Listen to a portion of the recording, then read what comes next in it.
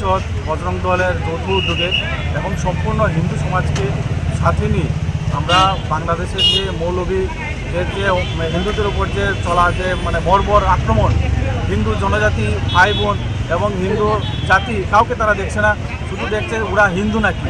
হিন্দু দেখে দেখে বাছাই করে হত্যা করা, নারীদের সম্ভ্রম বিনষ্ট করা, এই যে কার্যক্রম তারা চালিয়েছে, তারই প্রতিবাদে বিশ্ব হিন্দু পরিষদ বজরং দলের উদ্যোগে আজকে একটা বিক্ষোভ মিছিল এবং সমাবেশের আমরা আয়োজন করেছি। वही है जी, जो ये आज एक प्रोटेस्ट रैली हुआ था वो पीसफुली एंड हुआ। जो भी है वो प्रोटोकॉल हम फॉलो करने के लिए सभी को बोल दिए।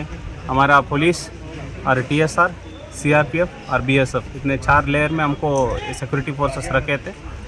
जो भी है उनका जो प्रोटेस्ट एरिया था उससे 100 मीटर उनको आगे रोक दिया था। रोक के हम पीसफुली सभी ख़त्म हो गया है, कुछ ये नहीं है, सब अच्छा ही हुआ है।